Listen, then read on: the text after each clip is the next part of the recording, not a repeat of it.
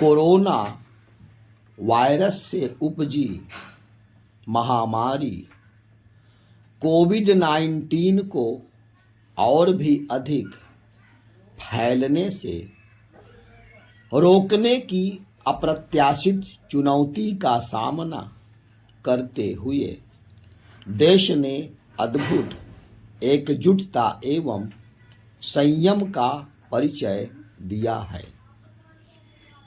जब पहली बार लॉकडाउन किया गया था तो यह इस देश में एक असंभव सा विचार प्रतीत हो रहा था, पर अब लोग स्वयं के साथ अपने साथी नागरिकों को भी कोरोना वायरस से बचाने के अपने संकल्प में दृढ़ प्रतिज्ञ हो गए हैं।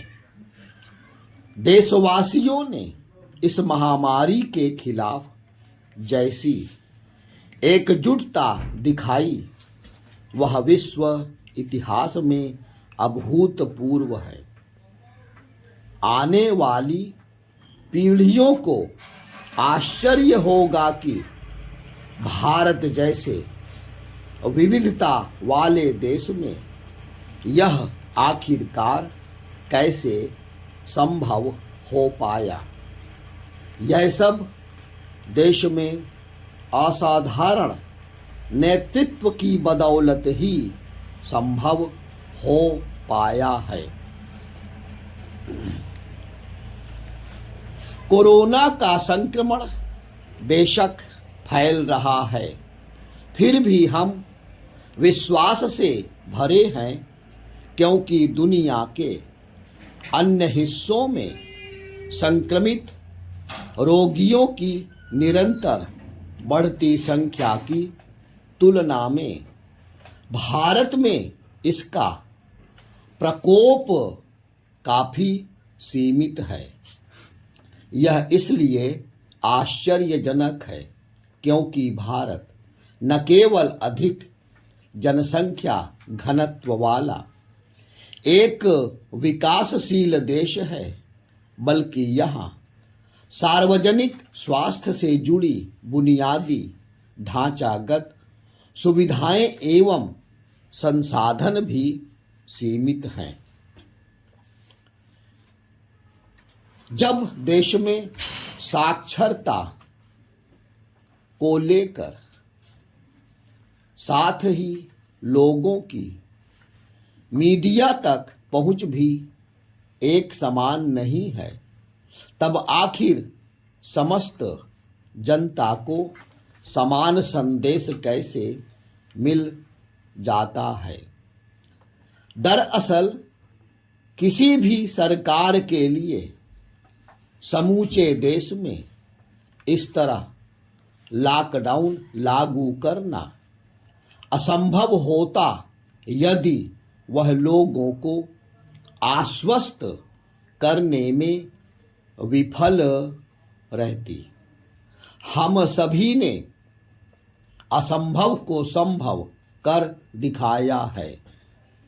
बेशक मार्च के महीने में दिल्ली में तबलीगी जमात का जमावड़ा और लॉकडाउन से शुरुआत में कुछ शहरों से अपने अपने घरों की ओर प्रवासियों का पलायन दुर्भाग्यपूर्ण घटनाएं थी, पर इसके बावजूद ये मानव की कमजोरी से जुड़ी केवल छिटपुट घटनाओं को ही दर्शाती हैं। अरुणाचल प्रदेश से लेकर कच्छ तक और कश्मीर से लेकर कन्याकुमारी तक भारतीय सर्वहित के लिए एकजुट हो गए हैं। हम देशवासियों द्वारा आत्मसंयम का ऐसा चमत्कारी परिचय देने की व्याख्या कैसे करेंगे। भारतीय मानस में ही इस प्रश्न का जवाब छिपा है। हमारी सांस्कृतिक परंपराएं भी इस सवाल के जवाब का हिस्सा हैं। इसके अलावा सभी देशवासियों को एकजुट करने वाला सबसे महत्वपूर्ण कारक प्रधानमंत्री नरेंद्र मोदी का नेतृत्व रहा। प्रधानमंत्री ने लॉकडाउन को उस समय लागू करने का निर्णय लिया जब कोरोना संक्रमित रोगियों की संख्या काफी कम थी। यह उनकी गंभीर चिंता के साथ साथ उनके दूरदर्शी साहस की पराकाष्ठा है, जिन्हें हम इससे पहले अन्य परिस्थितियों में भी देख चुके हैं। नागरिकों की जिंदगी को बचाने के लिए पूरे देश में लॉकडाउन करना और इस तरह अर्थव्यवस्था को थामना एक अत्यंत कठोर कदम था, जो कोविड-19 से निपटने के लिए विश्व भर में उठाए जा रहे विभिन्न कदमों से साफ हो जाता है। यह प्रधानमंत्री की लोकप्रियता का ही कमाल रहा कि इस कठोर निर्णय का विरोध नहीं बल्कि स्वागत किया गया। पहले जनता कर्फ्यू और फिर लॉकडाउन में हमने देखा कि लोगों ने आवाजाही पर लगाई गई पाबंदियों का स्वयं ही पालन किया। मैं देश विदेश में किसी अन्य ऐसे राजनेता की कल्पना नहीं कर सकता जो कुछ ही घंटों के भीतर लोगों के व्यवहार में सफलतापूर्वक आमूलचूल बदलाव लाने की क्षमता रखता हो। मोदी जी द्वारा देशवासियों से की गई अपील का अभूतपूर्व असर भी गौर करने लायक है। सबसे पहले डॉक्टरों एवं आवश्यक सेवा से जुड़े अन्य कर्मियों के प्रति कृतज्ञता प्रकट करने के लिए ताली थाली पीटने और फिर देशवासियों की एकजुटता के प्रतीक के रूप में दीप जलाने की उनकी अपील का आकलन इन आयोजनों से हासिल वृहद परिणामों के संदर्भ में भी किया जाना चाहिए। मैं गांवों और छोटे शहरों के लोगों की जागरूकता, विभिन्न कठिनाइयों के बावजूद सावधानियां बरतने की उनकी तत्परता और सकारात्मक नजरिए से चकित हूं। यह प्रधानमंत्री पर लोगों का अडिग भरोसा ही है जिससे लॉकडाउन की कामयाबी सुनिश्चित हो पाई।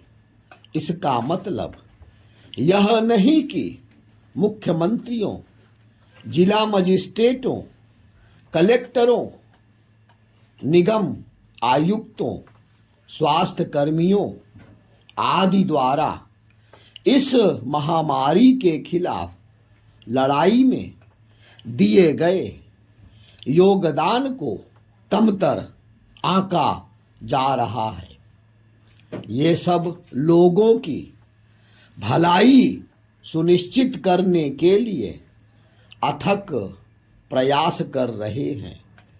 बिल्कुल नई तरह की इस लड़ाई में हमारे सशस्त्र बल, पुलिस और अर्धसैनिक बल भी कानून एवं व्यवस्था बनाए रखने के साथ जरूरतमंद लोगों की मदद करने में स्थानीय अधिकारियों का डटकर साथ दे रहे हैं। एक अन्य सराहनीय बात यह है कि प्रधानमंत्री ने हाशिए के लोगों, दिहाड़ी मजदूरों, कामगारों और किसानों को प्राथमिकता दी। विशेष पैकेज के साथ साथ अन्य ठोस उपायों की बदौलत सरकार यह सुनिश्चित करने के लिए सर्वोत्तम प्रयास कर रही है कि लॉकडाउन के आर्थिक बोझ की सर्वाधिक मार इन लोगों पर ही ना पड़ जाए।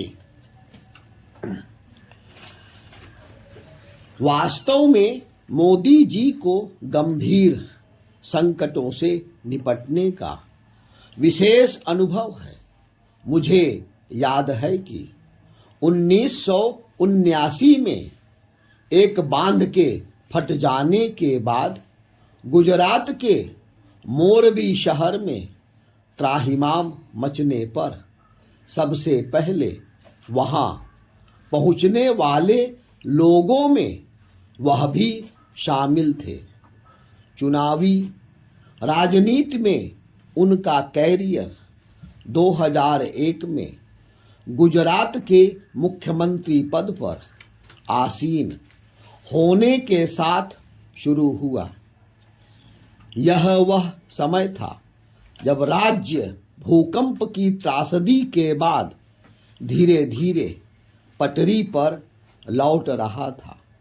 मुझे याद है कि किस तरह वह कच्छ का साप्ताहिक दौरा किया करते थे और निर्धारित समय से पहले ही विभिन्न कार्यों को पूरा करने के लिए नौकरशाही में ऊर्जा भरा करते थे। इसमें कोई शक नहीं कि किसी भी देश के प्रमुख को उस अप्रत्याशित संकट से निपटने का कोई अनुभव नहीं है जिसका सामना अभी पूरी दुनिया कर रही है। अनुभव से भी कहीं अधिक महत्वपूर्ण मोदी जी के बुनियादी मूल्य और काम के प्रति उनका अटूट समर्पण भाव है। इसी कारण वह अक्सर स्वयं को प्रधान सेवक कहते हैं।